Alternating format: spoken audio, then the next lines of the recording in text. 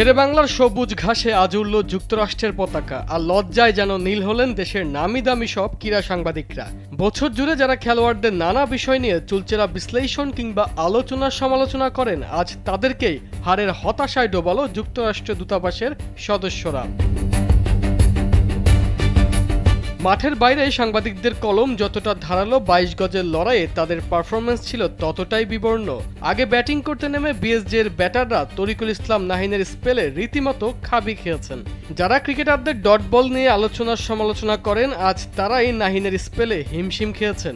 তবে আসল বিপর্যয় শুরু হয় রান তারায় নেমে। যুক্তরাষ্ট্রীয় দূতাবাসের আলামিন যেন রুদ্রমূর্তি ধারণ করেছিলেন। সাংবাদিকদের সাদামাটা বোলিং নিয়ে রীতিমতো ছেলে খেলা করে হাফ সেঞ্চুরি হাঁকান তিনি।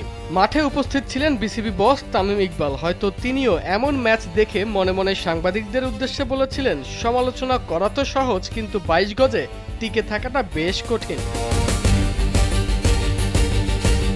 দলের এই অভাবনীয় জয়ে উচ্ছ্বসিত বাংলাদেশে নিযুক্ত মার্কিন রাষ্ট্রদূত ব্রেন্টি Christensen. A special thank you to the Bangladesh Cricket Board and the Bangladesh Sports. এমন একটা দারুণ ম্যাচ আয়োজন করায় বিসিবি ও বিএসজেকে ধন্যবাদ। দিন শেষে হার জিত খেলারই অংশ। আমরা চেষ্টা করেছি সবাইকে নিয়ে সময়টা উপভোগ করার। জিততে পেরে অবশ্যই ভালো লাগছে। আগামীতেও এমন ব্যতিক্রমী পরিকল্পনা থাকবে আমাদের। বাংলাদেশের ক্রিকেটের জন্য শুভকামনা।